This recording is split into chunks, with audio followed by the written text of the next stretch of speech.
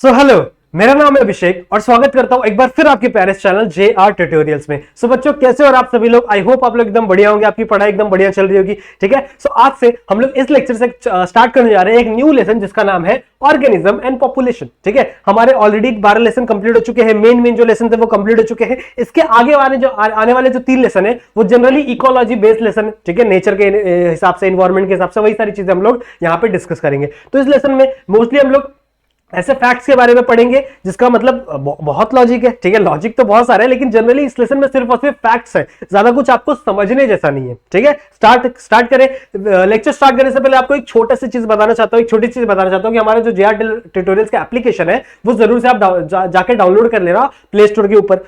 एकदम free of cost application है, 12-13 MB की एप्लीकेशन है, आपकी फोन में इजीली डाउनलोड हो जाएगी, ज्यादा नेट भी आपका नहीं लगेगा और तो और एकदम फ्री एप्लीकेशन है। ठीक है, उस पर बहुत सारी चीजें आप लोगों को क्विजेस मिलेंगे, बहुत सारे लेक्चर्स मिलेंगे, लेक्चर आने वाले हैं बहुत सारे आपके लिए। ठीक है, सो वो सारी चीजें आप जरूर से डाउनलोड कर लेना। ऑल्सो मैंने टोटल 12 लेसन पढ़ा दिए, 12 लेसन पढ़ा दिए और अभी 13 लेसन भी स्टार्ट करें और आगे आने वाले भी सारे लेसन में कवर करने वाला हूं। तो इस पूरे लेसन के थ्रू आपको कोई भी डाउट होता है तो आप डायरेक्टली आगे मेरे इंस्टाग्राम पे मुझे मैसेज करिए कि सर ये वाला डाउट है, आपका डाउट जरूर से सुना जाएगा। ठीक है, साथ ही साथ अगर आपको मेरे लेक्चर समझ में भी आते, पसंद आते तो आप जाके अप्रिशिएट भी कर सकते हैं कि हमें सर आपके लेक्चर्स अच्छे लगते हैं मेरे इंस्टाग्राम आईडी पे। ठीक है, सो आज का ये लेक्चर नंबर 1 हम लोग स्टार्ट करने जा रहे हैं। समझ में आ रही बात? तो आज हम लोग थोड़ा सा बेसिक सा इंट्रोडक्शन देखेंगे इस लेसन के बारे में और ये सारी चीजें हम लोग डिस्कस करेंगे। तो देखो, सबसे पहले हम लोग को एक चीज बात पता है, हम लोग बचपन से पढ़ते आ रहे हैं कि हमारी पूरी की पूरी बॉडी, देखो सब कुछ समझ में आएगा, एकदम ध्यान से पढ़ना कि हमारी पूरी की पूरी बॉडी किससे बनी हुई है? सेल से बनी हुई है। सही है, सेल क्या है? स्ट्रक्चरल एंड फंक्शनल यूनिट है हमारे लाइफ की। बचपन में स्टैंडर्ड 7th 8th में हम लोग ने डेफिनेशन पढ़ी थी ना कि cell is the structural and functional unit of life. सही बात है, तो हमारी पूरी की पूरी बॉडी किससे बनी हुई है? सेल से बनी हुई है। बड़े सारे टाइप्स के सेल होते हैं हमारे पास। सही है, हम लोग ने पढ़ा है ना बड़े टाइप्स के सेल, जैसे सोमैटिक सेल होता है हमारे पास। ठीक है, सोमैटिक सेल है और बड़े बड़े टाइप के सेल्स है, जैसे जर्म सेल है, स्टेम सेल्स है। ठीक है, सो ऐसे बड़े टाइप्स के हमारे पास क्या प्रेजेंट होते हैं? सेल्स प्रेजेंट होते हैं हमारे बॉडी के अंदर। ठीक है, बहुत सारे टाइप्स के हमारे बॉडी में क्या प्रेजेंट होते हैं? सेल्स प्रेजेंट होते हैं। अब इन सेल्स से, ठीक है, ये सेल्स आगे चल के क्या बनाते हैं? जब एक ग्रुप ऑफ सेल्स आ जाता है, ठीक है, एक ग्रुप ऑफ सेल आ जाता है और वो पूरा ग्रुप एक सिमिलर फंक्शन परफॉर्म करने लगता है तो हम लोग कह देते हैं that is it is a tissue. ठीक है, अब क्या फॉर्म हो चुका है? टिश्यू फॉर्म हो चुका है। बहुत सारे टाइप के टिश्यूज भी, एपिथेलियल टिश्यू, मस्कुलर टिश्यू, ये सारी चीजें हमारे बॉडी में प्रेजेंट होती है। फिर टिश्यूज आगे चल के क्या बनाते हैं? एक ऑर्गन बनाते हैं। ठीक है, टिश्यूज आगे चले क्या बनाते हैं? एक ऑर्गन। क्लियर है? ठीक है, तो बड़े सारे टाइप्स के ऑर्गन्स आप लोग ने पढ़े होंगे, जैसे हमारे बॉडी में स्टमक होता है, स्मॉल इंटेस्टाइन है, लार्ज इंटेस्टाइन है, ये सारे क्या है?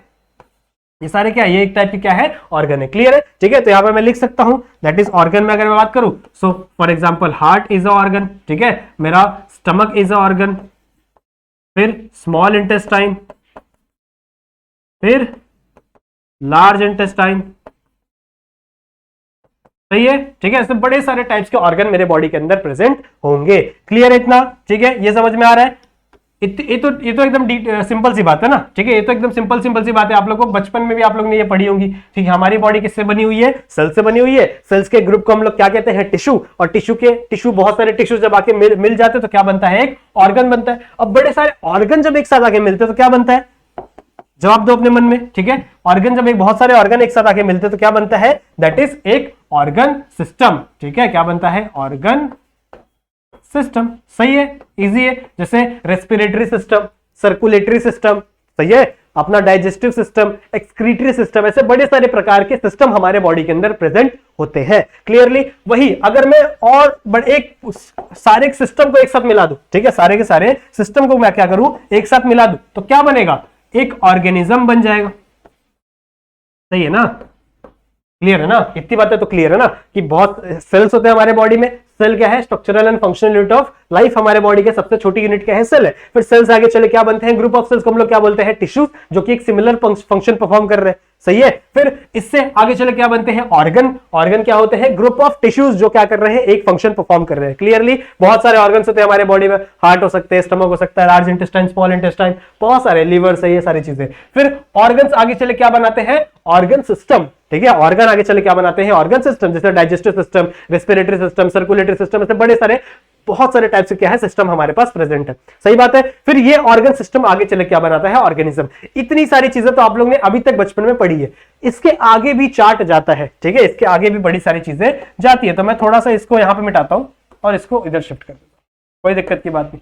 चलो, ऑर्गेनिज्म, ठीक है, ऑर्गेनिज्म तक हम लोग ने पढ़ लिया। अब बड़े सारे अगर ऑर्गेनिज्म मिल जाएंगे, ठीक है, ग्रुप ऑफ ऑर्गेनिज्म को हम लोग क्या बोले, वो भी सिमिलर स्पीशीज के, ठीक है, एक ऑर्गेनिज्म का ग्रुप है और वो सिमिलर का स्पीशीज है एक पर्टिकुलर एरिया में, तो उसे मैं क्या कहूंगा, उस चीज को मैं कहता हूं पॉपुलेशन।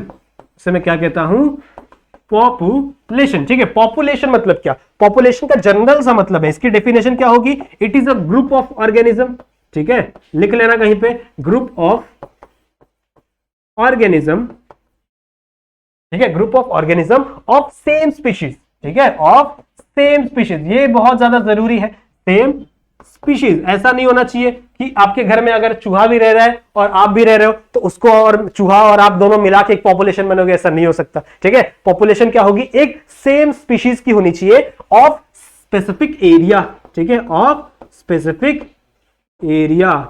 जब हम पॉपुलेशन की बात करते हैं तो हम एक स्पेसिफिक एरिया की बात करते हैं, जैसे हम लोग बात करते हैं इंडिया की पॉपुलेशन 1.36 बिलियन हो गई है। तो हम लोग वर्ल्ड की पॉपुलेशन करते हैं, वर्ल्ड की पॉपुलेशन की बात करते हैं ना, तो वर्ल्ड की पॉपुलेशन अभी फिलहाल में 8 बिलियन कंप्लीट हो चुका है, ठीक है, बहुत बड़ा नंबर है, अच्छी बात नहीं है जो कि 8 बिलियन क्या हो चुकी है, वर्ल्ड की पॉपुलेशन हो सकती है। फिर हम लोग बात कर सकते हैं, जैसे मुंबई एक एरिया है, जैसे मैं मुंबई में रहता हूं तो मुंबई एक एरिया, उसकी पॉपुलेशन इतनी है, 4 लाख लोग हैं, 5 लाख लोग हैं, 2 करोड़ लोग हैं, तो मैं एक पर्टिकुलर एरिया की बात कर रहा हूं, सही बात है। अब ये एरिया कौन डिसाइड करेगा, ये एरिया कौन डिसाइड करेगा, कितने एरिया को हम लोग पॉपुलेशन बोल सकते हैं, ये एरिया डिसाइड करेगा ऑब्जर्वर, ठीक है। मतलब जो बंदा स्टडी कर रहा है, जैसे मुझे फॉर एन एग्जांपल मेरे एरिया पे स्टडी करना है, ठीक है, जैसे मैं हम लोग पालघर एरिया में रहते हैं, पालघर के बोईसर अंदर आता है ना, पालघर के अंदर बोईसर आता है, तो बोईसर के बारे में स्टडी कर रहा हूं मैं, तो बोईसर के अंदर जितने भी पॉपुलेशन है, ठीक है, जो पॉपुलेशन है वो किसके अंदर कंसिडर करूंगा, मैं बोईसर की कंसिडर करूंगा। वैसे अगर मैं पूरे मुंबई के बारे में स्टडी करूंगा तो पूरे मुंबई की पॉपुलेशन को कंसिडर करूंगा। तो ये एरिया कौन डिसाइड करता है, ये एरिया डिसाइड करता है आपका ऑब्जर्वर, क्लियर है, ठीक है। सो अगर मैं बात कर रहा हूं ह्यूमन की पॉपुलेशन के बारे में, ठीक है, अगर मैं बात कर रहा हूं ह्यूमन की पॉपुलेशन में, कहां पे, बोईसर में, कहां पे, सॉरी स्पेलिंग गलत हो गई, कोई बात, बोईसर में, ठीक है, ह्यूमंस की कितनी पॉपुलेशन है, तो वो मैंने क्या किया, कवर किया। तो मैंने एक एरिया सिलेक्ट कर लिया, ठीक है, सबसे पहले मैंने क्या किया, एक एरिया सिलेक्ट कर लिया कि भैया मुझे बोईसर के लोगों के बारे में ही पढ़ना है, ठीक है, और उसमें भी एक स्पेसिफिक स्पीशीज मैंने सिलेक्ट की है, कौन सी स्पीशीज, दैट इज ह्यूमन, ठीक है, सही बात है। मैंने क्या बोला, एक सेम स्पीशीज की होनी चाहिए, सही बात है। तो मैंने क्या, किसकी अब स्पीशीज की बात कर रहा हूं मैं, ह्यूमंस की बात कर रहा हूं, किसकी बात कर रहा हूं, ह्यूमंस की बात कर रहा हूं। तो मैं बोलूंगा भैया कि बोईसर में 4 लाख लोग रहते हैं, ऐसा मुझे नहीं पता कितने लोग रहते, बस मैं सिर्फ ऐसे अज्यूम कर रहा हूं कि मैंने बोला कि इसके अंदर 4 लाख लोग रहते हैं। वही अगर मैं मुंबई की बात करूं तो मुंबई में 2 करोड़ लोग रहते हैं, ऐसा फॉर एन एग्जांपल, ठीक है। तो मैं एक एरिया की बात कर रहा हूं और एरिया में भी एक स्पेसिफिक स्पीशीज की बात कर रहा हूं। वैसे ही अगर मैं बोईसर के अंदर बात करूं, मैं डॉग्स की पॉपुलेशन देख रहा हूं, ठीक है, बोईसर के अंदर डॉग्स की पॉपुलेशन देख रहा हूं, तो आप डॉग्स को और ह्यूमंस को एक साथ नहीं मिलाएंगे, ऐसा नहीं बोलेंगे सर 4 लाख पॉपुलेशन है उसमें 2 लाख ह्यूमन की है और 2 लाख डॉग की है, ऐसा नहीं करना है। अगर आपको पॉपुलेशन काउंट करना है तो वो ये मस्ट क्राइटेरिया कि वो सेम स्पीशीज की होनी चाहिए। तो अगर मैं डॉग की बात करूं तो बोलूंगा हाँ चलो 3000 डॉग भी प्रेजेंट है हमारे बोईसर के अंदर, क्लियर है, ऐसा हम लोग बोल सकते हैं, क्लियर है, इतना समझ में आ गया, ठीक है, बहुत बड़ी सिटी है ना, तो 3,000 डॉग हो सकते हैं, कोई दिक्कत की बात नहीं। तो समझ में आ गया पॉपुलेशन क्या होता है, क्लियर हो गया। पॉपुलेशन का मतलब that is group of organism of same species of specific area, इसको हम लोग क्या बोलते हैं, पॉपुलेशन। समझ में आ गया, group of organism, in organism का क्या है, ये ग्रुप है।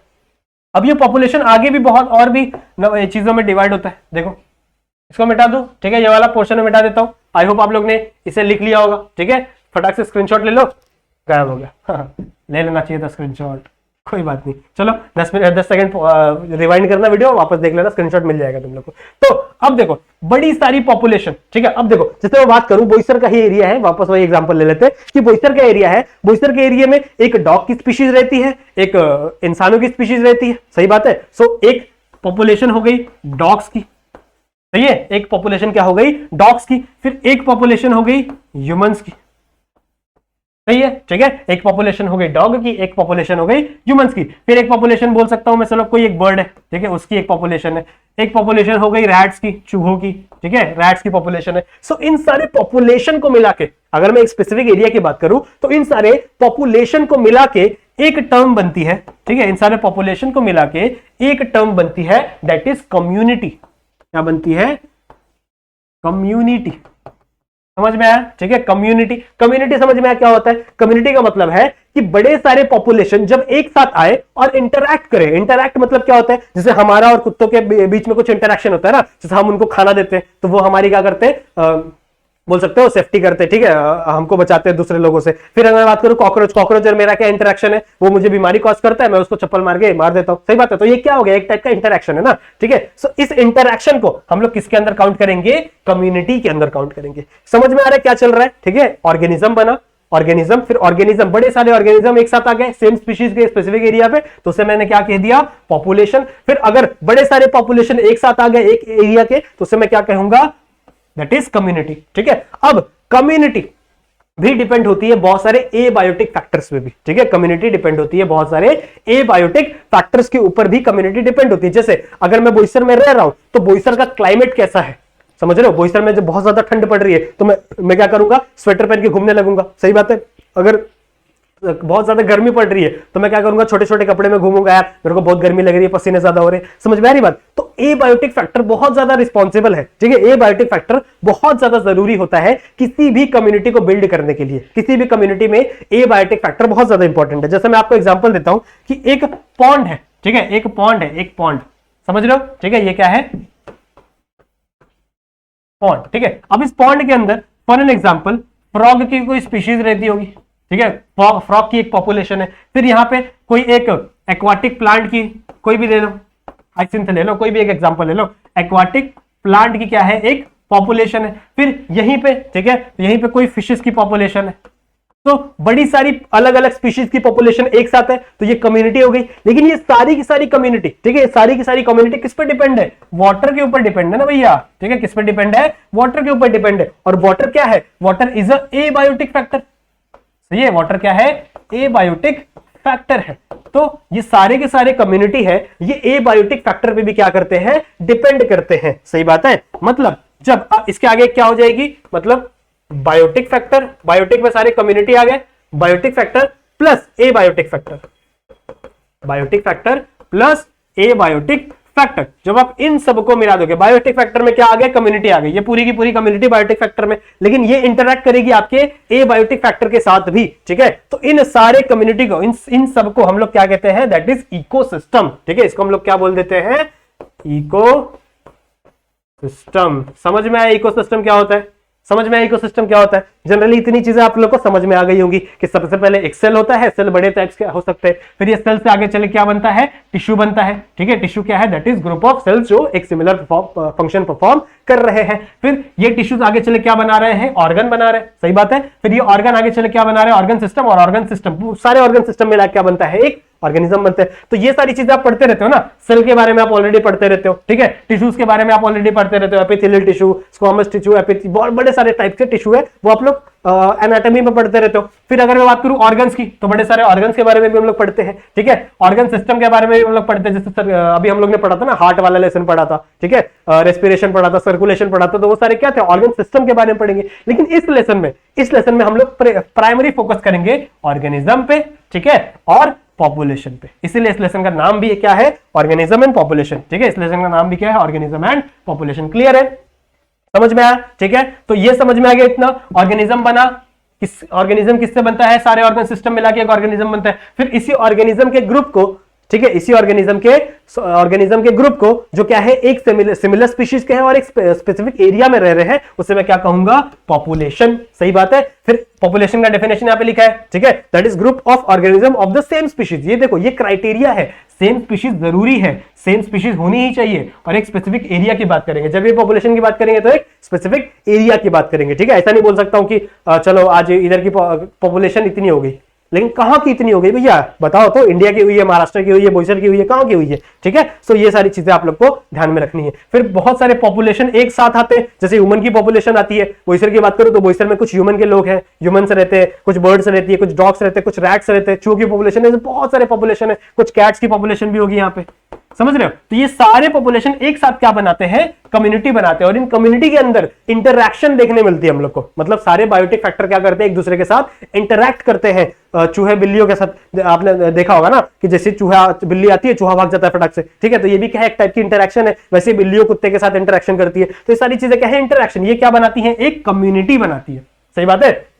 फिर ये कम्युनिटी इंटरैक्ट करती है ए बायोटिक फैक्टर से भी, ठीक है? ए बायोटिक फैक्टर मैंने अभी आप लोगों को बताया, जैसे ठंड पड़ रही है, ठीक है, बारिश ज्यादा हो रही है, तो सारे जो ऑर्गेनिज्म है वो क्या हो जाएंगे, छुप जाएंगे, कहीं बिल विल में चले जाएंगे, हम घर में चले जाएंगे, वो हमारा बिल है। सही है। तो हम लोग क्या, हमारा भी क्या देखने मिल रहा है, एक इंटरैक्शन देखने मिल रहा है ए बायोटिक फैक्टर और बायोटिक फैक्टर के साथ। तो इस पूरे चीज को हम लोग क्या बोलते हैं, इकोसिस्टम। ठीक है, इस पूरी चीज को हम लोग क्या बोलते हैं, इकोसिस्टम। क्लियर है? ठीक है। तो इकोसिस्टम का डेफिनेशन पढ़ ले। इकोसिस्टम का डेफिनेशन कहां है भैया, ये है, देखो। इकोसिस्टम मतलब क्या होता है, इंटरैक्शन, ध्यान से सुनो, interaction between biotic factor and abiotic factor. ठीक है, interaction between biotic factor and abiotic factor, इसी को हम लोग क्या बोलते हैं, इकोसिस्टम। ठीक है, इसका स्क्रीनशॉट जरूर से ले लो, क्योंकि ये बहुत इंपॉर्टेंट है। डेफिनेशन आप लोग को 2 मार्क्स के लिए आ सकता है एग्जाम में, तो ध्यान से पढ़ लो।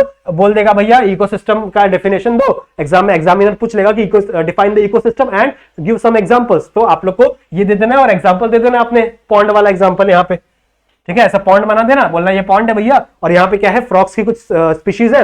ठीक है, कुछ फ्रॉक्स की पॉपुलेशन है, कुछ एक्वाटिक प्लांट्स की पॉपुलेशन है, कुछ फिशेस की पॉपुलेशन है। ठीक है, और ये सब किसके अंदर है, वाटर के अंदर है। सब किस पे डिपेंड कर रहे हैं, वाटर पे डिपेंड कर रहे हैं। और अगर मैं आपको एग्जांपल दूं, और एग्जांपल चाहिए, चलो और एग्जांपल लेते हैं हम लोग, इसको थोड़ा सा बाजू करते, आ जा भाई, तो बाजू करते। ठीक है, एक एग्जांपल और देता हूं मैं, जैसे फॉर एन एग्जांपल एक ट्री है। ठीक है, ये एक ट्री है, तो यहाँ पे एक ट्री की कुछ पॉपुलेशन होगी, फिर इस ट्रीज के ऊपर, इस ट्री के ऊपर कुछ बीटल्स रहती हैं। ठीक है, तो बीटल्स की एक पॉपुलेशन हो गई। सही है, फिर इस बीटल के यहाँ पे साथ ही में कोई बर्ड रहती है, तो बर्ड्स की कोई पॉपुलेशन हो गई। कोई इंसेक्ट रहता होगा, इंसेक्ट की कुछ पॉपुलेशन हो गई। प्लांट है, ठीक है, तो इन दोनों का आपस के बीच तो इंटरेक्शन है। जैसे बर्ड्स का ट्री के साथ इंटरेक्शन हो रहा है ना, क्योंकि ट्री के ऊपर ही वो क्या बना रही है, घर बना रही है, घोंसला बना रही है अपना, तो इसका इंटरेक्शन किसके ऊपर है, इस प्लांट के ऊपर भी इंटरेक्शन है। तो बायोटिक का तो इंटरेक्शन हो रहा है, साथ ही साथ यहाँ पे क्या प्रेजेंट है, एयर भी तो प्रेजेंट है। ठीक है, तो एयर क्या है, ए बायोटिक फैक्टर है, और बर्ड्स क्या ले रही है, सांस ले रही है, तो उनका इंटरेक्शन भी हो रहा है। सो ये भी एक क्या हो जाएगा, एग्जाम्पल हमारे इको सिस्टम का। क्लियर है, समझ में आ गया? तो इकोसिस्टम का डेफिनेशन क्या होता है, इकोसिस्टम का मतलब होता है that is interaction between biotic and abiotic factor. Clear है? अब इकोलॉजी का मतलब क्या होता है, देखो इकोलॉजी जो वर्ड है वो किसने दिया था, अर्नेस्ट हैकल ने। ठीक है, ये भी दे लो, it is given by Ernest Haeckel, ये एक इकोलॉजिस्ट थे। ठीक है, तो इन्होंने क्या बोला, इकोलॉजी टर्म दिया था इन्होंने, it is termed by, sir लिख लेना, टर्म्ड बाय किसने, अर्नेस्ट हैकल ने। इसका डेफिनेशन क्या होता है, ecology is the study of interaction among organism. ठीक है, मतलब ऑर्गेनिज्म के बीच में क्या इंटरैक्शन हो रही है उसका स्टडी, या फिर organism with a biotic factor. ठीक है, ऑर्गेनिज्म के साथ क्या इंटरैक्शन है इसकी स्टडी, साथ ही साथ ऑर्गेनिज्म का ए बायोटिक फैक्टर के साथ क्या ये है, क्या बोल सकते हैं हम लोग, इंटरैक्शन है, उसकी स्टडी को हम लोग क्या बोलते हैं, उसकी स्टडी को हम लोग क्या बोलते हैं, दैट इज इकोलॉजी। समझ में आया? इकोलॉजी समझ में आया, इकोसिस्टम समझ में आया। आई होप आप लोगों को ये सारी चीजें समझ में आ गई होंगी। ठीक है, अब यहाँ पे एक और चीज बनाते हैं हम लोग। अच्छा, एक और चीज बनाते हैं कि अब हम लोग थोड़ा सा इकोसिस्टम के भी आगे जाएंगे कि भैया इकोसिस्टम समझ में आ गया। ठीक है, इकोसिस्टम समझ में आ गया। तो अब फॉर एन एग्जांपल कि एक एरिया है, ठीक है, एक स्पेसिफिक एरिया, जैसे इंडिया का एक एरिया है, तो इंडिया में बड़े सारे टाइप के इकोसिस्टम देखने मिलते हैं। सही बात है, बहुत सारे टाइप के इकोसिस्टम है ना। जैसे फॉर एग्जांपल एक रेगिस्तान का इकोसिस्टम है। ठीक है, थार डेजर्ट है ये, रेगिस्तान राजस्थान में। ठीक है, राजस्थान का थार डेजर्ट है, तो उसमें अलग प्रकार के ऑर्गेनिज्म उग रहे। ठीक है, वहां पे कैमल रह रहा है, तो कैमल की एक पॉपुलेशन हो गई। सही है, वहां पे स्कॉर्पियन रह रहे हैं, तो स्कॉर्पियंस की एक पॉपुलेशन हो गई। सही है, वहां पे डेजर्ट रैट रहते हैं। ठीक है, डेजर्ट रैट्स, उनकी एक पॉपुलेशन हो गई। समझ में आ रही बात? तो इन सबका इंटरैक्शन है। ठीक है, इनका आपस में इंटरैक्शन होता है, साथ ही साथ इनका इंटरैक्शन इस सैंड के साथ भी तो है। ठीक है, इनका इंटरैक्शन इस सैंड के साथ भी तो है। क्यों? क्योंकि आपने देखो जो कैमल देखा होगा ना, कैमल के जो पैर होते हैं वो पैडेड होते हैं। पैडेड मतलब क्या, ऐसे बोल सकते हैं एकदम पैरेलल होते हैं, ऐसे चिपटे से होते हैं। क्यों? क्योंकि जब वो सैंड पे अपना ये रखे, पैर रखे, तो वो अंदर धसे ना। समझ रहे हो? आप लोग नॉर्मली ऐसा हाथ रखोगे तो सैंड के अंदर धसने लगेगा, सही है। जब से आप बीचेस पे जाते होगे, बीच पे घूमते रहोगे ना, तो वहां पे जो सैंड होते हैं उसमें आपका हाथ या फिर आपके जो पैर होते हैं वो अंदर धंसने लगते हैं, लेकिन इनका जो पैर होता है ना वो इसे पैडेड होता है, ठीक है, चपटा सा होता है, ऐसे गोला सा। तो जब ये ऐसा रखते हैं तो सैंड के अंदर उनका जो हाथ होता है वो दबता नहीं है। पढ़ा ना हम लोग ने बचपन में कि प्रेशर एरिया बढ़ता है तो प्रेशर कम हो जाता है, ये फिजिक्स में आप लोग पढ़ते हो ना, बचपन में पढ़े रहोगे। तो इसका मतलब आपने कैमल का इंटरेक्शन देखने मिला किसके प्रति, हमारे A/T फैक्टर यानी सैंड के प्रति, मतलब सैंड और कैमल के बीच में कुछ तो इंटरेक्शन हुआ, ठीक है। ये क्या हो गया, एक अपना इकोसिस्टम हो गया, ये एक पूरा क्या हो गया, इकोसिस्टम। फिर वहीं कहीं इंडिया में, ये इंडिया की बात हो रही है, ये इंडिया की बात हो रही है, ध्यान से सुनो, ठीक है, पूरे इंडिया की बात हो रही है। तो इंडिया में क्या देखने मिला, एक थार डेजर्ट देखने मिला। वहीं इंडिया में कहीं दूसरी तरफ एक पॉन्ड पड़ा है, ठीक है, वही सेम वाला एग्जांपल, पॉन्ड है ये हमारा। इस पॉन्ड के अंदर क्या होंगे, फ्रॉक्स होंगे, फिशेस होंगी, समझ रहे हो, इसकी एक पॉपुलेशन होंगी, ठीक है, एक्वाटिक प्लांट्स होंगे, उनकी एक पॉपुलेशन होगी। तो इनका इंटरेक्शन देखने मिल रहा है इस वाटर के साथ, सही है। वैसे ही कुछ दूसरा होगा, जैसे पहाड़ वाले एरिया होंगे, ठीक है, जैसे पहाड़ पहाड़ पहाड़ पहाड़ वाले एरिया होंगे, सही है, ठीक है, हिल माउंटेन्स बोल सकते हैं हम लोग।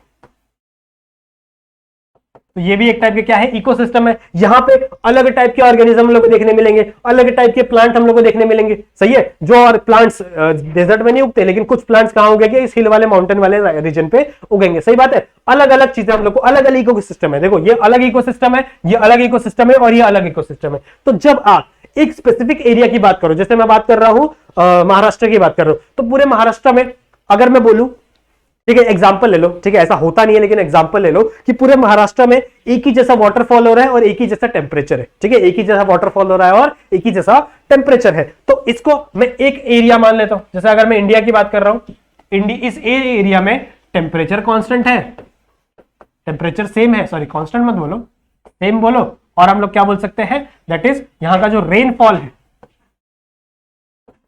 रेनफॉल है वो भी क्या है, सेम है। सपोज कर लो भैया, ठीक है, होता नहीं है, सपोज कर लो कि मतलब ऐसा होता है, लेकिन अभी अपन इंडिया की बात करें तो इंडिया में अलग अलग हो जाता है कभी कभी। तो यहाँ पे एक इकोसिस्टम है, यहाँ पे एक इकोसिस्टम है, यहाँ पे एक इकोसिस्टम है, इन सारे इकोसिस्टम अलग अलग है, लेकिन यहाँ पे क्या कांस्टेंट है, मतलब एक नॉर्मल से रीजन में प्रेजेंट है, एक ही एरिया में प्रेजेंट है, मतलब इनका टेम्परेचर कांस्टेंट होगा और रेनफॉल कांस्टेंट होगा।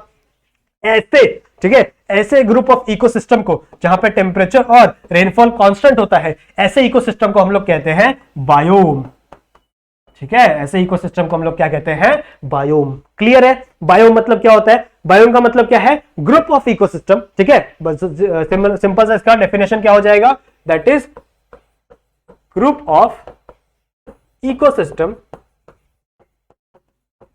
having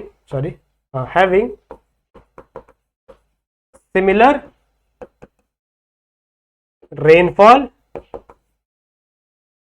and क्या था, टेम्परेचर, ठीक है। मतलब एक ग्रुप ऑफ इकोसिस्टम, एक इकोसिस्टम का ग्रुप है जहां पे रेनफॉल कांस्टेंट होगी भैया, और क्या कांस्टेंट होगा, टेम्परेचर कांस्टेंट होगा। क्लियर है, समझ में आ गया। तो बायोम समझ में आ गया। अब बहुत ये सारी बायोम मिलकर क्या बना देते हैं, बायोस्फीयर, ठीक है। अगर दुनिया की मैं सारी बायोम को क्या कर दूं, मिला दूं, तो उससे आगे चले क्या बनेगा, दैट इज बायोस्फीयर। और हमारे अर्थ को ही बायोस्फीयर बोल देते हैं। हमारा अर्थ पूरा क्या है, एक टाइप का बायोस्फीयर है, ठीक है। तो हमारा अर्थ क्या है, पूरा बायोस्फीयर। अर्थ क्या है, जितने अलग अलग बायोम के क्या है, कॉम्बिनेशन है। जैसे इंडिया में एक बायोम है, वैसे कहीं दूसरे कंट्री में एक बायोम होगा, हर जगह एक एक बायोम प्रेजेंट है ना। तो सारे बायोम का जो कंट्रीब्यूशन है उसको हम लोग क्या बोल देंगे, दैट इज बायोस्फीयर। क्लियर है, बायोस्फीयर समझ में आ गया, ठीक है। पूरे वर्ल्ड को हम लोग बायोस्फीयर बोल देते हैं। तो ये इतना समझ में आ गया, ये समझ में आ गया कि कैसे हम लोग एक सेल से लेके एक वर्ल्ड तक पहुंच गए, सही है, ठीक है। नाम समझ में आ गया होगा आपको ऑलरेडी, ठीक है। क्लियर है, समझ में आया, ओके। आ जाओ, नेक्स्ट हम लोग जंप करते हैं, that is organism and population में हम लोग बात करेंगे। इस लेसन में हम लोग को मेनली कौन कौन से टॉपिक पढ़ने हैं, ठीक है, कौन कौन से चीजें हम लोग को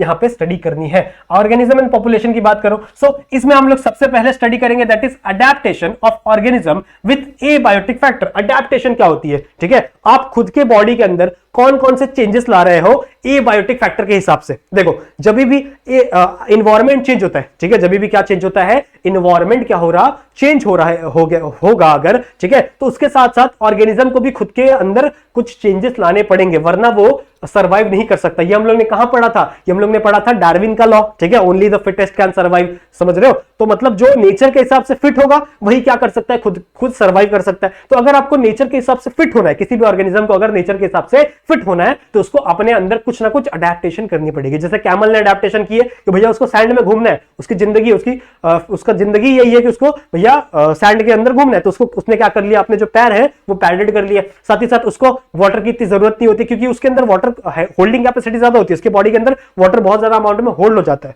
समझ में आ रही बात? जैसे हम लोग बात करें डेजर्ट रैट की, तो डेजर्ट रैट को पानी की जरूरत नहीं होती। ऐसा क्यों? क्योंकि वो खुद ही की बॉडी के अंदर ऐसा कुछ रिएक्शन करवाता है जिसका बाय प्रोडक्ट वाटर निकलता है, और उसी वाटर को वापस यूज कर लेता है अपने बॉडी में। समझ में आ रही बात? तो वो बोलते हैं कि भैया मुझे बाहर से वाटर चाहिए नहीं, मैं खुद ही क्या कर लूंगा? वाटर अपना बना लूंगा। क्लियर है? समझ में आ रही बात? सो ऐसे अडेप्टेशन को हम लोग को पहले पढ़ना है इस लेसन में। फिर हम लोग पढ़ेंगे पॉपुलेशन के बारे में, ठीक है। फिर हम लोग क्या पढ़ेंगे? पॉपुलेशन के बारे में कि भैया दुनिया की पॉपुलेशन कितनी है, कितनी नहीं है, फिर उसके बारे में थोड़ा सा हम लोग डिस्कस करेंगे। फिर नेक्स्ट हम लोग पढ़ेंगे दैट इज पॉपुलेशन इंटरैक्शन के बारे में, कि कैसे एक पॉपुलेशन दूसरे पॉपुलेशन से क्या कर रही है? इंटरैक्ट कर रही है। कैसे हम डॉग्स के साथ इंटरैक्ट कर रहे हैं, कैसे सी एनीमनी फ्रॉग्स के साथ इंटरैक्ट कर रही है, कैसे जो काउज होती है, ठीक है, वो किसी बर्ड के साथ इंटरैक्ट कर रही है। वो सारी चीजें हम लोग किसके अंदर पढ़ेंगे? इस पॉपुलेशन एंड इंटरैक्शन में। तो बहुत ही छोटा सा चैप्टर है, ऑलमोस्ट 2-3 लेक्चर्स में खत्म हो जाएगा। क्लियर है? समझ में आ गया?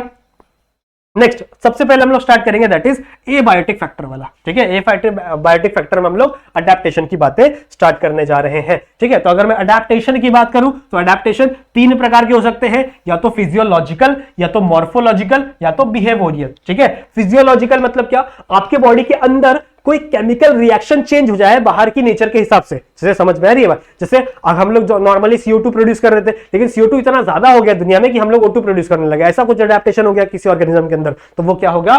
फिजियोलॉजिकल। मतलब अगर आपके बॉडी के अंदर कोई केमिकल चेंजेस आ गए, ठीक है, अगर आपके बॉडी के अंदर कोई केमिकल चेंजेस आ गए, ठीक है, तो मैं क्या कहूंगा? That is it is physiological, ठीक है। मॉर्फोलॉजिकल मतलब क्या? मॉर्फोलॉजी मतलब उसके स्ट्रक्चर में, समझ रहे हो, उसके बाहर के स्ट्रक्चर में अगर कोई चेंजेस आ गए, जैसे एवोल्यूशन में आप लोगों ने पढ़ा है ना कि हमारे स्ट्रक्चर नेचर के हिसाब से चेंज होते गए। तो अगर आपके बॉडी के स्ट्रक्चर में कोई चेंजेस आ रहे तो वो क्या हो जाएगा? Morphological adaptation. साथ ही साथ बिहेवियरल मतलब आपके बिहेवियर में कोई चेंजेस आ रहे, जैसे एक बर्ड होती है ना, ठीक है, साइबेरियन बर्ड्स, साइबेरिया से आती है, साइबेरियन, उसको कुछ तो बोलते हैं यार, नाम नहीं आ रहा मेरे को, लेकिन साइबेरियन बर्ड्स होती है। तो जनरली वो साइबेरिया में रहती है, बहुत ही ठंडा एरिया है ना साइबेरिया, मतलब बहुत ही बर्फ गिरी रहती है वहां पे, हर पूरे साल ही वहां पे बर्फ गिरी रहती है। तो जब वहां पे ठंडी बहुत ज्यादा बढ़ जाती है, ठीक है, ठंडी वहां पे जो टेम्परेचर बहुत नीचे हो जाता है, ठंडी बहुत ज्यादा हो गई, तो वो साइबेरियन क्रेन्स उड़ के इंडिया में आ जाती है, ठीक है। इंडिया में कोई एक नेशनल पार्क है,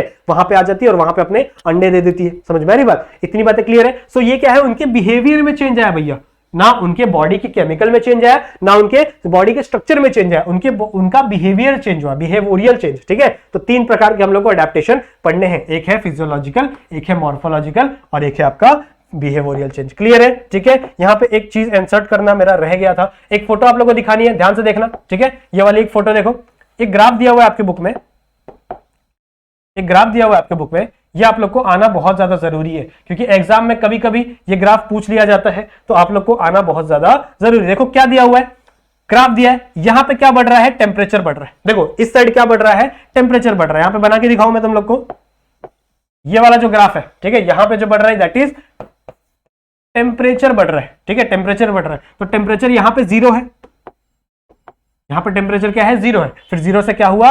5, 5 से क्या हुआ? 10, 10 से क्या हुआ? 15। मतलब टेम्परेचर क्या हो रहा है? इंक्रीज हो रहा है, और इसके नीचे टेम्परेचर क्या हो रहा है? डिक्रीज हो रहा है। तो कौन कौन से रीजन कहां कहां प्रेजेंट होंगे वो हम लोग को देखना है। फिर यहां की मैं बात करूं तो यहां पे रेनफॉल दिया हुआ है बच्चों, यहां पे क्या दिया हुआ है? रेनफॉल, ठीक है, लिख दे, रेनफॉल दिया हुआ, मतलब यहां पे रेनफॉल इंक्रीज हो रही है। तो कहीं पे 50 mm रेनफॉल हो रही है, ठीक है, 50 mm पर एरिया यहां पे दिया हुआ है ना, देखो सेंटीमीटर, सॉरी mm नहीं सेंटीमीटर, तो 50 सेंटीमीटर कहीं रेनफॉल हो रही है, कहीं 100, कहीं 150, कहीं 200। तो यहां पे क्या बढ़ रहा है? रेनफॉल बढ़ रहा है। यहां पे क्या बढ़ रहा है? टेम्परेचर यहां बढ़ रहा है, और यहां पे क्या हो रहा है? टेम्परेचर कम हो रहा है। तो ऐसे ऐसे जगह पे कौन कौन से रीजन प्रेजेंट होते हैं वो अपने को पता होना जरूरी है। ध्यान दो, ध्यान दो, एकदम इजी है। देखो ऐसा एरिया जहां पे टेम्परेचर ज्यादा है लेकिन रेनफॉल नहीं हो रही है, ठीक है, एकदम इजी है, ध्यान दो। जहां पे टेम्परेचर बहुत ज्यादा है लेकिन रेनफॉल नहीं हो रही है, बारिश नहीं हो रही है, उसको हम लोग क्या बोलेंगे? उसको बोलेंगे डेजर्ट ना, ठीक है। तो यहां देखो ये जो ये वाला एरिया, ये दिख रहा है, ब्लू कलर में, ठीक है। आई होप आप लोगों को ब्लू कलर दिख रहा होगा, हाँ दिख रहा है, चलो कोई दिक्कत की बात नहीं है। तो जो ब्लू कलर वाला एरिया दिख रहा है, यहाँ पे देखो टेम्परेचर कितना है 22, ठीक है, 22 तक कहा हो गया, टेम्परेचर पहुंच गया, लेकिन रेनफॉल कितनी है 50 सेंटीमीटर से भी कम है, देख रहे हो यहाँ पे रेनफॉल देखो 50 सेंटीमीटर से भी क्या है, कम रेनफॉल अपने को देखने मिल रही है। तो इस एरिया का नाम क्या है, यह है अपना डेजर्ट, ठीक है। ये कौन सा एरिया है, डेजर्ट। फिर अगर मैं बात करूं आर्टिक, ठीक है, या फिर टुंड्रा रीजन, आर्टिक टुंड्रा या फिर एल्पाइन टुंड्रा, यहां पे होता क्या है, यहां पे ये बहुत ही ठंडा एरिया होता है, ठीक है। टुंड्रा मतलब क्या, बहुत ही ठंडा इलाका, ऐसा एरिया जैसे साइबेरिया हो गया ना, साइबेरिया हो गया, रशिया वाला एरिया हो गया, यूरोपियन नेशन हो गया, जहां पे हमेशा बर्फ गिरती रहती है, या फिर अंटार्कटिका जैसा रीजन हो गया, जहां पे हमेशा बर्फ गिरती रहती है, बर्फबारी होती रहती है। तो वहां पे इतनी ज्यादा रेनफॉल नहीं होती, रेनफॉल वहां पे इतनी ज्यादा नहीं होती, लेकिन वहां का टेम्परेचर बहुत ही ज्यादा क्या होता है, कम होता है, सही है। तो यहां पे देखो इसका टेम्परेचर बड़ा ही कम है, देख रहे हो, 0 से भी क्या है, इसका टेम्परेचर कम है, और इसमें रेनफॉल भी देखो थोड़ी ज्यादा है, डेजर्ट से देखो, डेजर्ट से थोड़ी ज्यादा रेनफॉल है, लेकिन इतनी ज्यादा भी रेनफॉल नहीं है, देखो 100 तक ही आता है, 100 या 150 के बीच में ही है, समझ में आ रही बात, ठीक है। तो ये वाला एरिया दिख रहा है, it is a tundra region, ठीक है। टुंड्रा मतलब क्या, जहां पे बहुत ही ज्यादा ठंडी वाला एरिया होता है, ठीक है, बहुत ही ठंड रहती है। उसके बाद नेक्स्ट वाला एरिया, दूसरा एरिया है जहां पे टेम्परेचर बहुत ज्यादा है, ठीक है, टेम्परेचर बहुत ज्यादा है, डेजर्ट से भी ज्यादा है, लेकिन वहां पे थोड़ी बहुत क्या हो रही है, बारिश भी देखने मिल रही है, डेजर्ट से ज्यादा थोड़ी बारिश भी हम लोग क्या देखने मिल रही है, समझ में आ रही बात। तो ऐसे जगह पे देखो बारिश थोड़ी देखने मिल रही है, ज्यादा देखो डेजर्ट से ज्यादा है, लेकिन बहुत ज्यादा बारिश नहीं है, तो वहां पे बड़े बड़े जो प्लांट्स है वो नहीं उग पाएंगे, जैसे ट्रीज, ठीक है, ट्रीज को बहुत ज्यादा पानी होता है उगने के लिए, तो वहां पे पानी ज्यादा उग नहीं पाते। तो जहां पे थोड़ी सी बारिश होती है लेकिन टेम्परेचर ज्यादा होता है, ऐसे एरिया को हम लोग बोलते हैं ग्रासलैंड, ठीक है, ऐसे एरिया को हम लोग क्या बोलते हैं, ग्रासलैंड, जहां पे क्या उग रहे हैं भैया, सिर्फ और सिर्फ ग्रासेस उग रहे हैं छोटे छोटे, ठीक है, जहां पे क्या उग रहे हैं, छोटे छोटे ग्रासेस उग रहे हैं, ऐसे एरिया को हम लोग क्या बोलेंगे, ग्रासलैंड। तो अब ध्यान दो, यहाँ पे इसका टेम्परेचर देखो डेजर्ट से भी ज्यादा है, ये वाला एरिया जो मैं ब्लैक कलर मार्क कर रहा हूं, दिख रहा है सब लोग को, ठीक है, हाँ बहुत ही क्लियरली दिख रहा है। तो यहाँ पे ये जो ब्लैक कलर में मार्क कर रहा हूं, ये क्या है, अपना ग्रासलैंड है, जिसका टेम्परेचर देख रहे हो डेजर्ट से भी ज्यादा है, और इसका जो अपना रेनफॉल है वो भी क्या है, ज्यादा है डेजर्ट के कंपैरिजन में। तो ये एरिया क्या हो जाएगा, ग्रासलैंड, ठीक है। ये सब आप लोगों को देखना बहुत ही ज्यादा इजी है। कंफ्यूजन कहां पे होता है, कंफ्यूजन इसमें होता है, ये वाला है अपना टेम्परेट फॉरेस्ट, ठीक है। टेम्परेट फॉरेस्ट मतलब क्या, मतलब ऐसी जगह जहां पे टेम्परेचर भी हाई रहता है, ठीक है, टेम्परेचर थोड़ा ज्यादा रहता है, और वहां पे आप लोग को रेनफॉल भी ज्यादा देखने मिलती है। ऐसे एरिया फॉरेस्ट को हम लोग क्या बोलते हैं, दैट इज टेम्परेट फॉरेस्ट। यहाँ पे बड़े बड़े आप लोग को प्लांट देखने मिलेंगे। फिर नेक्स्ट में बात करूं कॉनिफेरस फॉरेस्ट, ठीक है। कॉनिफेरस मतलब क्या, बहुत ही ठंड इलाकों में जो फॉरेस्ट होता है, जैसे शिमला आप लोग कभी गए हो, ठीक है, फिर आपने वीडियो देखी हो कहीं पे, तो शिमला में जो फॉरेस्ट है, ठीक है, या फिर जो जंगल है, वो क्या है, कॉनिफेरस फॉरेस्ट, मतलब वहां पे बारिश भी अच्छी खासी होती है, लेकिन टेम्परेचर उतना ज्यादा नहीं होता, समझ में आ रही बात। तो यहां पे देखो ये वाला पोर्शन, इसको दूसरे कलर से बनाते, कौन से कलर से बनाए, चलो ऑरेंज से बनाते, ठीक है। तो ये वाला जो ऑरेंज वाला रीजन बना रहा हूं मैं, ये जो, अब यहां पे देखो टेम्परेचर इतना ज्यादा नहीं है, देखो 15 डिग्री तक गया है, 15 डिग्री से भी कम टेम्परेचर है। लेकिन अगर मैं बात करूं रेनफॉल की, तो रेनफॉल देखो कितना ज्यादा है, 250 सेंटीमीटर तक आ चुका है रेनफॉल, ठीक है। तो ऐसे एरिया को हम लोग क्या बोलते हैं, that is coniferous forest. Coniferous मतलब क्या, जो ठंडी इलाके में जो फॉरेस्ट होता है, जैसे शिमला में हो गया, अपने हिमालय साइड में जितने फॉरेस्ट है वो सारे किसके अंदर आएंगे, कॉनिफेरस के अंदर आएंगे। उसके बाद नेक्स्ट है हमारा सबसे बड़ा, दैट इज ट्रॉपिकल फॉरेस्ट, ठीक है। ट्रॉपिकल फॉरेस्ट सबसे ज्यादा हम लोग बोल सकते हैं डेंसली होता है, सबसे ज्यादा डेंस होता है, जिसमें टेम्परेचर भी ज्यादा रहेगा और रेनफॉल भी क्या रहेगी, ज्यादा रहेगी, मतलब टेम्परेचर भी ज्यादा और रेनफॉल भी ज्यादा। इसका एग्जांपल मस्त है आपका अमेज़न फॉरेस्ट, ठीक है, आप लोगों ने सुना होगा ना अमेज़न फॉरेस्ट के बारे में, तो यहां पे लिख दूं अमेज़न, ठीक है, उसको हम लोग क्या बोलते हैं, ट्रॉपिकल फॉरेस्ट। समझ में आ रही बात, क्लियर है इतना। तो आई होप आप लोग को ये वाला जो ग्राफ है वो क्लियरली समझ में आ गया होगा कि कहां पे कॉनिफेरस फॉरेस्ट है, कहां पे टुंड्रा वाला रीजन है, फिर कहां पे डेजर्ट है, ग्रासलैंड है, टेम्परेट फॉरेस्ट है, और आपका ट्रॉपिकल रीजन है। क्लियर है, समझ में आ गया। तो आई होप आप लोगों को ये ग्राफ एकदम इजीली समझ में आ गया होगा। बहुत इंपॉर्टेंट है, एग्जाम में कैसे देगा पता है, एग्जाम में एक ग्राफ दे देगा और ये नाम छुपा देगा, ठीक है, नाम छुपा देगा, और इस यहाँ पे ए लिख देंगे, यहाँ पे बी लिख देंगे, सी लिख देंगे, बोलेंगे ए क्या है, बी क्या है, सी क्या है, तुम लोग बताओ, ठीक है। तो तुम लोग को आना चाहिए भैया, बहुत ईजी है। क्लियर है इतना, समझ में आ गया। तो आओ हम लोग देखते हैं दैट इज एबायोटिक फैक्टर के बारे में, ठीक है। एबायोटिक फैक्टर के बारे में आ जाओ डिस्कस करते हैं। जो सबसे पहला एबायोटिक फैक्टर है दैट इज टेम्परेचर, और temperature is the most important abiotic factor. सबसे इंपॉर्टेंट एबायोटिक फैक्टर क्या है? टेम्परेचर। इससे ज्यादा इंपॉर्टेंट कुछ नहीं है। तो क्या पढ़ना है हम लोग को? It is the most important factor. या आप लोग लिख के आ जाना, बहुत इंपॉर्टेंट है, मार्क्स मिल जाएगा। ठीक है, अब देखो टेम्परेचर के वेरिएशन कितने कितने हैं। अगर मैं पोलर रीजन की बात करूं, पोलर मतलब क्या? नॉर्थ पोल, साउथ पोल, जैसे रशिया हो गया, फिर अंटार्कटिका हो गया, तो ऐसे रीजन में जो टेम्परेचर है वो बहुत कम हो जाता है, माइनस चले जाता है, -30, -20, इतना कम हो जाता है। लेकिन अगर बात करूं डेजर्ट की, तो डेजर्ट में 50 डिग्री तक चला जाता है टेम्परेचर। और वहीं अगर मैं हाइड्रोथर्मल वेंट की बात करूं, ठीक है, जो अपने अपने अर्थ के अंदर से जो पानी निकल रहा है, कहीं कहीं देखा होगा ना आप लोग ने कि स्टीम जैसा पानी निकलता है, वहां पे जो टेम्परेचर है, ठीक है, वो अराउंड 100 डिग्री सेल्सियस तक चला जाता है। तो टेम्परेचर बहुत वेरिएशन है हमारे अर्थ के ऊपर। ठीक है, बहुत लो भी है, मीडियम भी है और बहुत ज्यादा भी है। मीडियम तो नहीं होगा भैया, डेजर्ट 50 डिग्री मीडियम नहीं होता, 40 डिग्री हो जाता है, 39 डिग्री हो जाता है, तो न्यूज चैनल्स पे चलने लगता है कि बहुत गर्मी पड़ने लगी है, ऐसा वैसा। तो 50 डिग्री बहुत है, और हाइड्रोथर्मल वेंट में 100 डिग्रीज भी टेम्परेचर आ सकता है। तो बहुत वेरिएशन है, समझ में आ रही बात। और हर अलग अलग टेम्परेचर रीजन पे अलग अलग टाइप्स के हम लोग बोल सकते हैं, वहां पे हम लोग को ऑर्गेनिज्म देखने मिलते हैं और प्लांट देखने मिलते हैं। जैसे अगर मैं मैंगो की बात करूं, तो मैंगो कभी भी पोलर रीजन में नहीं उगेगा। ठीक है, वो जनरली ऐसे रीजन में उगेगा जहां पे गर्मी ज्यादा होती है। वही अगर मैं बात करूं एप्पल की, तो एप्पल केरला में नहीं उगेगा। ठीक है, वो ऐसी जगह पे उगेगा जहां पे ठंड पड़ती है। समझ में आ रही बात, सही है। वैसे अगर पोलर बियर की बात करूं, तो क्या आपको ऐसा दिखा है कि पोलर बियर इंडिया में कहीं चिल कर रहा था, इंडिया के गोवा के बीच पे घूम रहा था पोलर बियर? नहीं हो सकता ना, क्योंकि वो सिर्फ कहां मिलेगा? नॉर्थ पोल और साउथ पोल में मिलेगा। सही बात है। तो अगर मैं बात करूं, देखो यहां पे मैंने कुछ एग्जांपल दी, जैसे ट्यूना फिश। ठीक है, ट्यूना फिश एक फिश है जो कहां मिलती है? सिर्फ और सिर्फ ट्रॉपिकल एरिया में। ठीक है, it is a tropical fish. वही अगर बात करूं मैंगो की, तो mango never grows in the polar region. ठीक है, कभी भी वो पोलर रीजन में ग्रो नहीं करेगा। यहां पे हम लोग को दो वर्ड सीखनी है, दैट इज यूरिथर्मल और स्टीनोथर्मल। ठीक है, यहां पे दो वर्ड सीखनी है अपने को, दैट इज यूरिथर्मल और स्टीनोथर्मल। यूरिथर्मल मतलब क्या होता है? जो बहुत ही वाइड रेंज ऑफ टेम्परेचर को सस्टेन कर सकते हैं। जैसे ह्यूमंस की बात करो, तो ह्यूमंस आपको हम लोग बोल सकते हैं थार डेजर्ट में भी देखने मिलेंगे, वहां पे भी ह्यूमंस देखने मिलेंगे, और आपको शिमला में भी ह्यूमंस देखने मिलेंगे। ठीक है, आपको जो साइबेरिया है, ठीक है, जहां पे एकदम -20, -30 डिग्री तक टेम्परेचर जाता है, वहां पे भी आप लोग को ह्यूमंस देखने मिलेंगे। साथ ही साथ जो थार डेजर्ट है, जहां पे 50 डिग्री सेल्सियस तक चले जाते हैं, वहां पे भी आप लोग को ह्यूमंस देखने के लिए मिलेंगे। तो ह्यूमंस जो है वो बहुत ही वाइड रेंज ऑफ जो टेम्परेचर है उसको सस्टेन कर सकते हैं। सही बात है, वाइड रेंज मतलब बहुत ही ज्यादा वाइड रेंज को हम लोग क्या कर सकते हैं? झेल सकते हैं। तो ऐसे ऑर्गेनिजम्स को हम लोग क्या कहते हैं? That is eurythermal. ठीक है, यूरिथर्मल समझ में आ गया। इट कैन सस्टेन, ऐसा हम लोग लिख दो, sustain wide range of temperature. ठीक है, wide range of temperature. Clear है इतना? ठीक है, एग्जाम्पल दे दो इंसानों का, ह्यूमंस का एग्जाम्पल दे दो। सही है।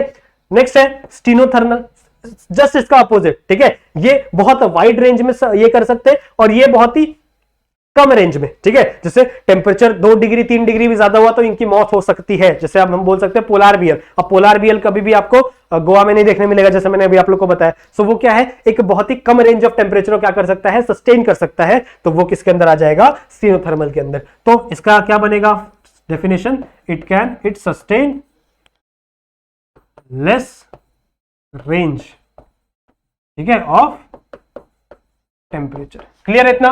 समझ में आ गया? तो यूरिथर्मल समझ में आ गया क्या होता है, स्टीरियोथर्मल समझ में आ गया। यूरिथर्मल मतलब क्या? It sustain wide range of temperature, बहुत लंबे लंबे रेंज, मतलब बहुत बड़े बड़े रेंज टेम्परेचर में भी ये लोग सर्वाइव कर जाते हैं। लेकिन स्टीरियोथर्मल ऐसे नहीं करते भैया, हम लोग ज्यादा टेम्परेचर चेंज करोगे तो दिक्कत हो जाएगी, समझा? तो temperature is a very important. अच्छा, इसी के अंदर आता है हमारा ग्लोबल वार्मिंग का टॉपिक, कि ग्लोबल वार्मिंग क्या है। आप में से बहुत सारे बच्चों ने बचपन में पढ़ा होगा ग्लोबल वार्मिंग के बारे में, बहुत सारे बच्चों को नहीं पता होगा ग्लोबल वार्मिंग क्या होती है। देखो सिंपल सा मैं आपको बताता हूं ग्लोबल वार्मिंग क्या होती है, कि जब आप बहुत ज्यादा अमाउंट में ग्लोबल वार्म गैसेस सिक्रेट करते हो, जैसे CO2 हो गया, ठीक है, SO2 हो गया, ये क्या है? ग्लोबल वार्मिंग वाले हम लोग बोल सकते हैं ग्रीन हाउस गैस, ये सारे क्या है? ग्रीन हाउस गैसेस है। Example CO2। तो जब CO2 बहुत ज्यादा रिलीज होगा, ठीक है, CO2 बहुत ज्यादा रिलीज होगा, अब होता क्या है हमारे अर्थ पे? हमारे अर्थ पे लाइट कैसे आती है? ये हमारा अर्थ है, यहां पे सूरज दादा, ये हमारे सूरज दादा, ठीक है। तो यहां से लाइट क्या होती है? यहां से लाइट आती है, पड़ती है इसके ऊपर, हमारे अर्थ के ऊपर, ऐसे ऐसे लाइट आती है, पड़ती है, और ये वापस से रिफ्लेक्ट हो जाती है बैक, ठीक है, वापस स्पेस में, वापस ये स्पेस है आपका। तो जो लाइट है वो सन से पड़ी आपके अर्थ के ऊपर, ये हमारा अर्थ, ठीक है, अर्थ के ऊपर लाइट पड़ी और क्या हो गई, वो रिफ्लेक्ट हो गई बैक स्पेस में। ठीक है, तो यहां पे टेम्परेचर इतना नहीं बढ़ता। लेकिन जब आपकी ग्रीन हाउस गैसेस ज्यादा हो जाएंगी, ठीक है, ग्रीन हाउस गैसेस क्या हो जाएंगी, ज्यादा हो जाएंगी, मतलब यहां पे बहुत सारी गैस क्या हो गई, गैसेस हो गई। सही है, कौन सी गैसेस है ये, CO2 यानी ग्रीन हाउस गैसेस। तो ये गैस क्या करेगी पता है, ये इन जो वेव्स होती है ना, दैट इज हमारे हीट वेव्स, ये जो लाइट आ रही है हमारे अर्थ से, ठीक है, सॉरी सन से जो लाइट आ रही है उसको वापस रिफ्लेक्ट बैक नहीं होने देती, उसको एब्जॉर्ब कर लेती है, उन लाइट्स को क्या कर लेती है, एब्जॉर्ब कर लेती है। अब जब लाइट्स एब्जॉर्ब होगा तो हीट भी एब्जॉर्ब होगा साथ ही साथ, और हीट एब्जॉर्ब होगा तो हमारे धरती का जो टेम्परेचर है वो भी क्या होगा, बढ़ेगा। सही बात है, तो इसका नाम ही है देखो ग्लोबल। ग्लोबल मतलब क्या, हमारी अर्थ ग्लोब, ठीक है, वार्मिंग मतलब क्या हो रही है, वो गर्म हो रही है, मतलब हमारी जो पृथ्वी क्या हो रही है, वो गर्म हो रही है। हर 10 साल में अराउंड 1.2 डिग्री तक सेल्सियस बढ़ जा रहा है। ठीक है, अब आप बोलोगे सर इतना थोड़ी इफेक्ट पड़ेगा, 1.2 डिग्री से क्या होगा। देखो आने वाले 100 या 200 सालों में, ठीक है, ज्यादा नहीं होते 100-200 साल, 2 या 3 जनरेशन ही है, तो आने वाले 100 या 200 सालों में हमारा जो आर्टिक रीजन है ना, ठीक है, अंटार्कटिका वाला रीजन जहां पे बर्फ पूरा जमा हुआ, पोलर रीजन है, वो क्या बोल सकते हैं, मेल्ट हो रहा है। वो क्या हो जाएगा, मेल्ट हो जाएगा, पूरी तरह से मेल्ट हो जाएगा, वो क्या हो जाएगा, पूरी तरह से मेल्ट हो जाएगा। अगर वो पूरी तरह से मेल्ट हो गया, वहां पे ना बहुत ज्यादा अमाउंट ऑफ क्या है, जो ये है अपना वाटर है, वो क्या है, जमा हुआ है। आप लोग ने पढ़ा होगा ना बचपन में कि टोटल 100% वाटर में से 97% वाटर क्या है, समुद्र में है, बाकी का 3% वाटर हम लोग को पीने के लिए। 3% वाटर में से भी 2.7 जो % वाटर है पीने वाला, वो क्या है, अंटार्कटिका या पोलर रीजन में क्या हो चुका है, जमा हुआ है। तो इतना सारा वाटर, समझ रहे हो, हम लोग 0.3% वाटर में पूरी दुनिया पी ले रही है। कितना, 0.3% में 8 बिलियन लोग पानी पी रहे।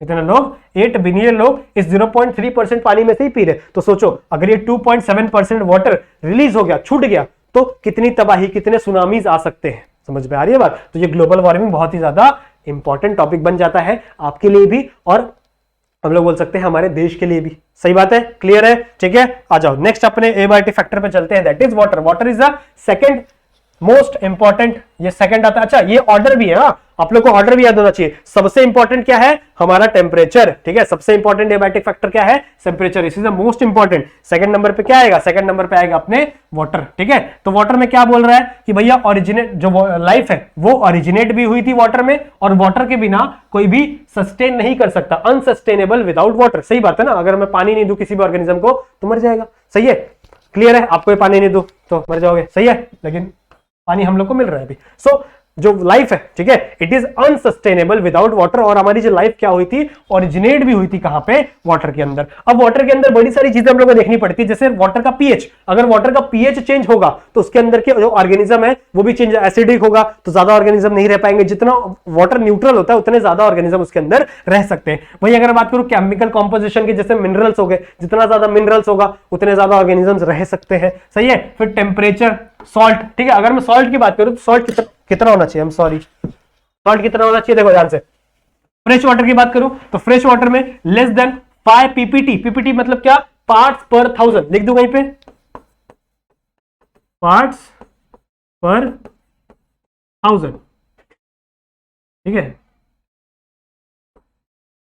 जो भी है स्पेलिंग देख लेना, कोई दिक्कत की बात नहीं। तो less than 5 PPT salt present होता है किसके अंदर, फ्रेश वाटर के अंदर। वही अगर मैं सी की बात करूं तो सी के अंदर 30 to 35 पीपीटी सॉल्ट प्रेजेंट होता है। वही अगर मैं लगून्स की बात करूं, लगून्स देखा ना, बड़े बड़े लगून्स होते हैं सॉल्ट के, तो उनके अंदर more than 100 PPT water salt present हो सकता है। ठीक है, अब यहां पे भी दो टर्म आती है, दैट इज यूरी हैलाइन और स्टीनो हैलाइन। ठीक है, यूरी हैलाइन और स्टीनो हैलाइन। सिंपल सा मतलब है कि जो बहुत ही वाइड रेंज, ठीक है, बहुत ही वाइड रेंज इस सॉल्ट के कॉन्सेंट्रेशन को, ठीक है, ये क्या है, सॉल्ट का कॉन्सेंट्रेशन है, इसको अगर जो झेल सकता है वो क्या हो जाएगा, यूरी हैलाइन। ठीक है, और जो बहुत ही कम झेल सकता है that is steno haline. Clear है, समझ में आ गया, कोई दिक्कत की बात नहीं, यहां तक आप लोगों को सब समझ में आ गया। अगर लाइट की बात करूं तो light is the third most important, और it is the same source from temperature. मतलब जहां से टेम्परेचर आता है वहीं से लाइट भी आती है हमारे सूरज दादा के पास से। So same source from temperature. अगर मैं बात करूं प्लांट की, तो प्लांट में क्या क्या जरूरी, देखो भैया, फोटोसिंथेसिस सबसे इंपॉर्टेंट पार्ट। फोटोसिंथेसिस। अगर फोटोसिंथेसिस नहीं होगा तो प्लांट अपना और फूड नहीं बना पाएंगे, ठीक है। और अगर प्लांट फूड नहीं बना पाएंगे तो हर्बीवोरस कैसे प्लांट्स को खाएंगे, और वो हर्बीवोरस कैसे जिंदा रहेंगे। और अगर हर्बीवोरस नहीं जिंदा रहेंगे तो कार्निवोरस कैसे जिंदा रहेंगे, हम कैसे जिंदा रहेंगे। समझ, हम तो ओमनिवोरस है ना, हम दोनों खा सकते हैं, ठीक है। प्लांट भी खा सकते हैं, एनिमल भी खा सकते हैं, हम तो ओमनिवोरस है। तो यार प्लांट ही नहीं रहेंगे तो प्लांट को भी नहीं खा पाएंगे, और ओमनिवोरस मतलब क्या, जो ऑर्गेनिज्म खा रहे हैं वो ऑर्गेनिज्म भी नहीं रहेंगे, प्लांट ही नहीं रहेगा ना। तो फोटोसिंथेसिस बहुत ज्यादा जरूरी है। क्लियर है, लाइट के ऊपर डिपेंड करता है ये। फिर फोटो पीरियोडिज्म होता है फ्लावर के फ्लावरिंग से। आप लोग देखा होगा ना, बहुत सारे फ्लावर्स दिन में खिलते हैं, बहुत सारे रात में खिलते हैं। जैसे आप बोल सकते हैं वो जो अड़हुल का होता है, ठीक है, चाइना रोज बोलते हैं ना, वो दिन में खिलता है, मोस्टली देखा जाता है, ठीक है। फिर जो मोगरा का फ्लावर होता है वो रात में खिलता है। सो फोटो पीरियोडिज्म बहुत ज्यादा इंपॉर्टेंट हो गया। फिर अगर मैं एनिमल की बात करूं, ये तो प्लांट की बात हो गई, एनिमल की बात करूं तो डाययूरिनल साइकिल, ठीक है। डाययूरिनल साइकिल मतलब क्या, आप 8 घंटा सोते हो, फिर 12 मतलब जितना 24 मतलब बाकी के टाइम काम करते हो आप, ठीक है, बाकी कितना 16 घंटा आप काम कर रहे हो। सो ये क्या है, ये आपके डाययूरिनल साइकिल है। आप कितना घंटा सो रहे हो, फिर जैसे ही रात के 10-11 बजते आपको नींद आने लगती है, फिर आप सो जाते हो, फिर सुबह 7 बजे आपकी नींद खुल जाती है। तो ये एक साइक्लिक प्रोसेस है। इस साइक्लिक प्रोसेस को हम लोग क्या बोलते हैं, डाययूरिनल साइकिल, ठीक है। फिर फोरेजिंग बोल सकते हैं हम लोग, फोरेजिंग आप लोग समझते हो। फिर मेटिंग, बहुत सारे ऑर्गेनिज्म के लिए मेटिंग बहुत ज्यादा जरूरी होता है लाइट में, ठीक है। फिर माइग्रेशन, अगर आप किसी भी ऑर्गेनिज्म को, जैसे बर्ड्स हो गए, उनको माइग्रेट करना, तो रात में कहां ही जाएंगे वो, उनको कोई डायरेक्शन ही नहीं दिखेगा। सो लाइट भी बहुत ज्यादा इंपॉर्टेंट हो जाता है आपके एबायोटिक फैक्टर में। नेक्स्ट अगर मैं बात करूं, हमारा लास्ट दैट इज हमारा लास्ट एबायोटिक फैक्टर हमारा सॉइल, ठीक है। एबायोटिक में हमारा last that is soil. Soil की मैं बात करूं, so nature of the soil बहुत इंपॉर्टेंट है, कैसा नेचर है, सॉइल अच्छी है, सैंड है, सैंड के अंदर तो जल्दी ये नहीं होगा, ठीक है। फिर holding capacity of the water, holding capacity of the water मतलब क्या, सॉइल कितना ज्यादा वाटर को होल्ड करके रख सकता है। जैसे अगर मैं सैंड की बात करूं, जो रेगिस्तान में हम लोग को देखने मिलता है, तो वहां पे जो वाटर है, जो सॉइल है, वो वाटर को होल्ड नहीं कर पाता, इसलिए वहां पे बहुत ही अलग टाइप के हैबिटाट है, मतलब अलग टाइप के ऑर्गेनिज्म वहां पे फॉर्म होते हैं। वही अगर मैं बात करूं किसी ब्लैक सॉइल, मतलब जो ब्लैक रीजन प्रेजेंट होती है ना, ब्लैक सॉइल प्रेजेंट होती है, उसकी होल्डिंग कैपेसिटी बहुत अच्छी होती है, तो वहां पे बहुत सारे टाइप्स के प्लांट मिलते हैं, बहुत सारे टाइप के वैरायटी मिलती है। तो जहां पे जिस टाइप का सॉइल प्रेजेंट होगा, वहां पे उस टाइप के ऑर्गेनिज्म और उस टाइप का हैबिटाट हम लोग को देखने के लिए मिलेगा। क्लियर है, समझ में आया सॉइल कंसेप्ट। उसके बाद क्या है, वेदरिंग प्रोसेस। वेदरिंग आप लोग ने बचपन से ज्योग्राफी में पढ़ा ना, वेदरिंग क्या होती है, यहाँ की मिट्टी उड़ उड़ के कहीं जमा हो जाती है, ये वेदरिंग प्रोसेस। उसके लिए भी सॉइल बहुत ही ज्यादा इंपॉर्टेंट है। फिर सॉइल का पीएच बहुत ज्यादा इंपॉर्टेंट है। इसके मिनरल कॉम्पोजिशन बहुत ज्यादा इंपॉर्टेंट है। मिनरल कॉम्पोजिशन मतलब क्या, कि सॉइल के अंदर कितना अमाउंट ऑफ मिनरल प्रेजेंट है, Na प्रेजेंट है, सोडियम प्रेजेंट है, क्योंकि मिनरल बहुत ज्यादा इंपॉर्टेंट होते हैं। प्लांट क्या करते हैं, मिनरल्स एब्जॉर्ब करते हैं ना, आपका Na+, ठीक है, फिर आपके सोडियम एब्जॉर्ब करते हैं। प्लांट्स का फंक्शन ही क्या है, वाटर और मिनरल्स को एब्जॉर्ब करना, ताकि आपका जो प्लांट का फंक्शन है वो मेनली अच्छे से परफॉर्म करता रहे। क्लियर है। सो आपका एबायोटिक वाला जो फैक्टर है, एबायोटिक वाली चीजें वो क्या हो चुकी है, पूरी तरह से खत्म हो गई है। क्लियर है, कहां गया, एक सेकेंड, ये वाला, ठीक है। तो आपका ये वाला जो टॉपिक है ये क्या हो गया है, खत्म। नेक्स्ट लेक्चर में हम लोग पॉपुलेशन को डिस्कस करेंगे, और उसके नेक्स्ट लेक्चर में हम लोग पॉपुलेशन इंटरैक्शन को डिस्कस करेंगे। ये बहुत इंपॉर्टेंट है, ये एग्जाम में आता ही आता है, तो इसे जरूर से पढ़ना, ठीक है। पॉपुलेशन इंटरैक्शन बहुत जरूरी है। टोटल 7-8 टाइप के इंटरैक्शन में आप लोगों को पढ़ाऊंगा, पॉजिटिव पॉजिटिव पॉजिटिव नेगेटिव, ठीक है। जैसे फॉर एग्जांपल मेरे सर में जुए पड़ गई, ठीक है, तो जुए क्या कर रही है, मेरा ब्लड जो है वो सक कर रही है, तो मेरे लिए तो नेगेटिव है ना ये, क्योंकि मेरे को यार बीमारी दे रही है, मेरे को कॉज कर रही है, लेकिन उसके लिए क्या है, पॉजिटिव है, तो पॉजिटिव नेगेटिव, सही है। ऐसे बड़े सारे टाइप के जो इंटरैक्शन है वो हम लोग पढ़ेंगे, बहुत ही इंटरेस्टिंग वे में पढ़ेंगे, आपको इजीली समझ में आ जाएगा। क्लियर है। सो आज इस लेक्चर को यहीं पे एंड करते हैं। जो नेक्स्ट लेक्चर है उसमें मैं पॉपुलेशन का कंसेप्ट लेकर आऊंगा, और बड़ी सारी चीजें हम लोग डिस्कस करेंगे इस लेसन के बारे में। वीडियो पसंद आया तो लाइक जरूर से कर लेना, चैनल को सब्सक्राइब कर लो अगर नहीं किया हो तो, और सब कुछ समझ में आ गया तो इंस्टाग्राम पे आके मुझे जरूर से बताना कि सर सब कुछ समझ में आ गया, और कोई डाउट हो तो भी पूछ लेना, कोई दिक्कत की बात नहीं है, सही है। चैनल को सब्सक्राइब कर लेना, और बेल आइकन को भी जरूर से ऑल पे सेट कर लेना, ठीक है। तो मिलते हैं नेक्स्ट वीडियो में, नेक्स्ट लेक्चर के साथ, लेक्चर नंबर 2 के साथ। तब तक के लिए कीप स्टडीइंग।